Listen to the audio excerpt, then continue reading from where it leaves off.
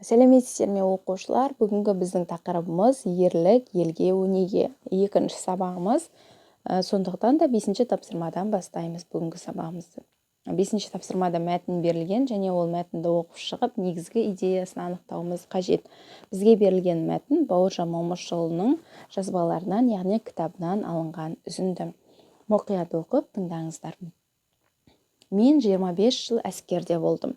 Біле білген кісіге бұл үлкен университет. Осы 25 жыл ішінде мен талай қолбасшымен кездестім. Сабақ алдым. Талай генералдың қол астында қызмет істедім. Тәрбие көрдім. Өйткені командир деген әскери педагог қой. Осы әр ұлт адамдармен қызметтес болғанымды өзіме ерекше мектеп деп бағалаймын. Себебі чуваш мынадай екен-ау, қырғыз мынадай болады екен-ау деп толғанасың. Ана халық анадай дәстүрін қастерлейді, мына халық мынаны құрметтейді екен-ау деп толғанасың. Мен осы 25 жыл ішінде қарамағымда болған үстеріне шинель киген солдаттар арқылы барлық халықтардың жанын ұқтым деп ойлаймын. Өйткені олардың жүректері, іштерінен шыққан балалары менің алақанымда болды. Отан үшін өз басымды өлімге байлай отырып, мен оларды ажалмен алысуға жұмсадым. Олардың өлмеу үшін өз ұрпақтарын, өз халықтарының намысын, оның өздері сүйетін асыл қасиеттерін аман сақтап қалу үшін жұмсадым. Өзім де халқым үшін қасықтай қаным пида деп жанып тұрған отқа талай түстім. Мәтін түсінікті болса, сіздерге негізгі ойды анықтаңыздар, негізгі идеяны. Бұл жерде автор нені айтқысы келіп тұр, бізге не нәрсені үйрену керек деп тұр. Сәл ойланып, өз пікірлеріңізді осы тапсырманы жазыңыздар. Келесі тапсырма, 6-шы тапсырмада қос жазба күнделігін толтыру қажет. Яғни осы шығармадан үзінді келтіресіздер және түсініктемеге өздеріңіздің пікірлеріңізді, ойларыңызды, не түсінгендеріңізді жазасыздар.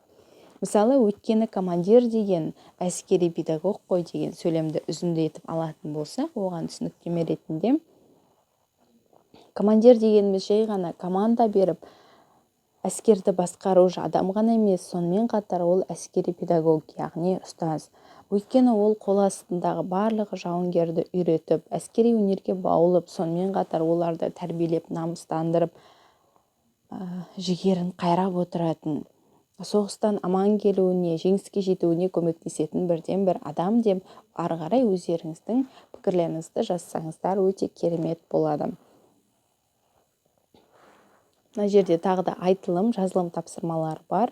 Оларды қажетінше орындарсыздар. Одан кейінгі бізге берілген 9-шы тапсырма Бауыржан Момышұлының келіні Зейнеп Ахметоваға айтылған нақыл сөздерінен шағын ғана 3 нақыл сөзді көрсеткен. Осы қазір нақыл сөздерді оқи отырып, соның мағынасын түсінуге тырысайық, және осы мәтіннен етістіктің райларын анықтауымыз қажет.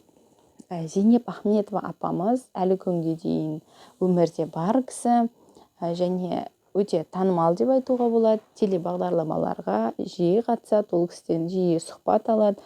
Өйткені ол кісі осы Бауыржан Момышұлы туралы және ұлттық тәрбие, рухани байлығымыз туралы, қазақ ұлтына қатысты, тәрбиеге қатысты өте құнды пікірлер айтып, өз ойын бөлісіп жүрген, сонымен қатар кітап та шығарып жүрген апамыз. Сұхбаттарын тыңдап оқысаңыздар болады. Енді етістіктің шақтарын есімізге түсірейік. Қазақ тілінде етістіктің шақтары 4, ашық етістіктің шақтары 3, ал етістіктің райлары 4, олар ашық рай, бұйрық рай, қалау рай және шартты рай. Ашық рай 3 шақтың біреуінде тұру керек. Яғни осы шақ, өткен шақ, келер шақта тұратын болса, ол міндетті түрде ашық рай болады. Ал бұйрық рай дегеніміз, бұйрық беру мақсатында ол көбінесе екінші шақтан келеді. Ал қалау рай г, қ жұрнақтар арқылы жасалады. Мысалға, менің оқығым келеді, менің үйренгім келеді дегенде, осы жерде г деген жұрнақтар арқылы жасалған. Сонымен қатар шартты рай се деген жұрнақ арқылы жасалады. Мысалы, ол сабақ оқыса, диплом алады деген сияқты. Мысалы, егер ол сабақты жақсы оқыса, дипломға ие болады.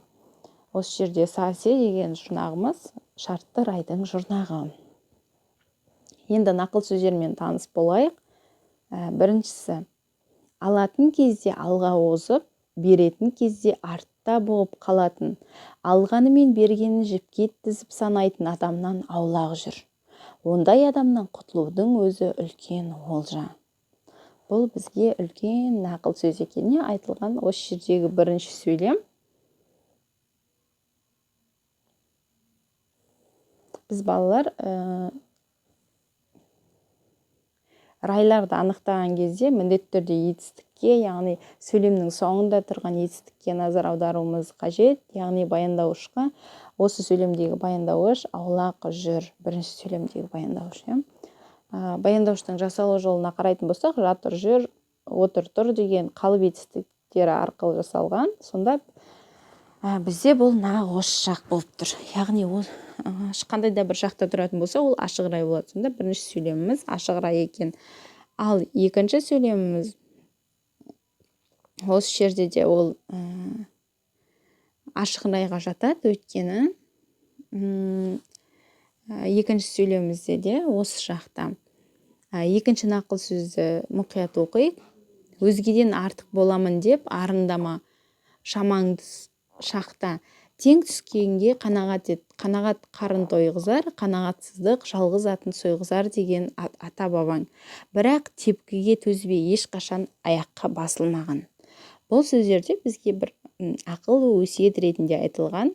Өзгеден артық боламын деп арындама, шамаңды шақта, тең түскенге қанағат ет деген сөйлемдерде баяндауыштарына назар аударсаңыздар, арындама, шақта, ет, қанағат ет деген баяндауыштар екінші жақта бұйрық мағынасында беріліп тұр. Сондықтан бұл бұйрық рай болып табылады.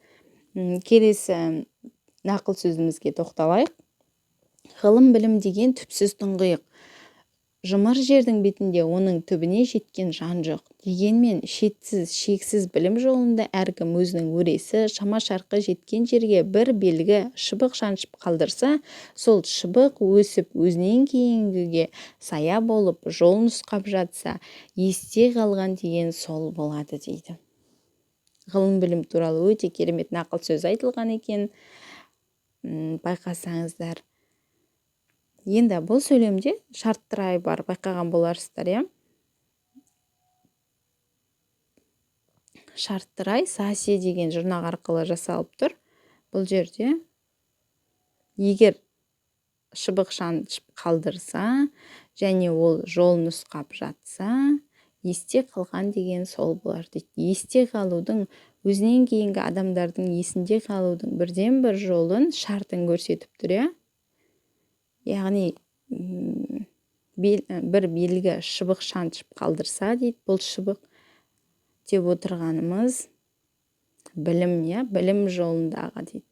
Қандай да бір артымыздағы ұрпаққа қандай да бір білім қалдыратын болсақ, және сол жол нұсқап жатса дейді, яғни пайдаға асатын болса, есте қалды деген сол дейді. Етістік райларын есімізге түсірдік. Және Зейнеп Ахметоваға айтылған нақыл сөздерді, атасының айтып кеткен нақыл сөздерін оқып таныстық. Олай болса, сабағымызды ары қарай жалғастырайық.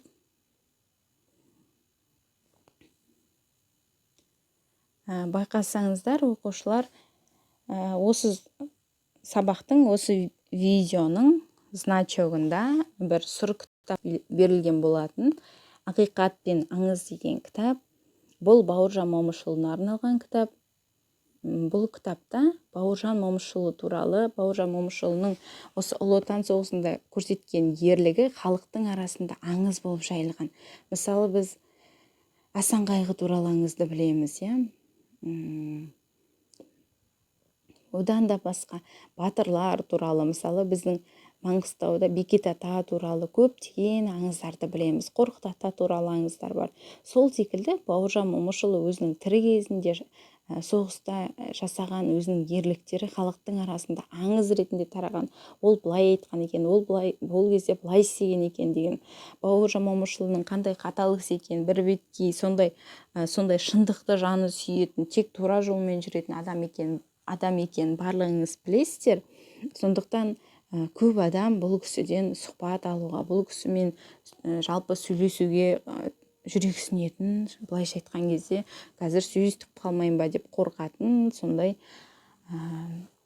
кісі болған екен. Енді бұл «Ақиқат пен аңыз» деген кітап Әзілхан Нұржайықов деген кісінің кітабы. Бауыржан Момышұлы туралы жазылған. Бауыржан Момышұлының өз аузынан сұрақтарына жауап ала отырып жазылған кітап. Яғни «Ақиқат пен аңыз» деген кітап сол Бауыржан Момышұлының ерлігі туралы бүкіл шындықты жазылған кітап. Және ол бұл сұрақ-жауап түріндегі кітап. Кітаптың авторы Әзілхан Нұржайықов сұрақ қояды, ал Бауыржан Момышұлы оған жауап береді. Яғни өзінің әскердегі, соғыстағы басынан өткен түрлі оқиғаларды осы шығармада өте көркем түрде, өте шынайы, әсерлі түрде бейнелеген болатын. Сіздерге, әсіресе жігіттерге осы кітапты оқуға ұсынамын. Кем дегенде бір беті болсын, екі беті болсын оқысаңыздар өте қызықты. Бауыржан Момышұлының қиыр шығыста, сонау Ресейдің бір шетіндегі әскерден өтуі, 25 жыл бойы әскерде жүруі, яғни әскери адам болып, военный адам болып қызмет етуі туралы өте тамаша кітап. Осыны оқуды сіздерге ұсынамын. Қосымша әдебиет деп қарарсыздар. Мүмкін осы видеоның астына сілтемесін қалдырамын. Және соңғы тапсырма шығу парағын толтырыңыздар. Бүгінгі сабақта не үйрендіңіздер, сабақ бойынша қандай сұрақтарыңыз бар, сабақта ең маңызды не болды, өз жұмысыңызға қанағаттандыңыз ба, келесі сабақта қандай мәселелерге баса назар аудару керек. Осы шығу парағын осы видеоның астына қалдырсаңыздар, тіптен жақсы. Сау болыңыздар.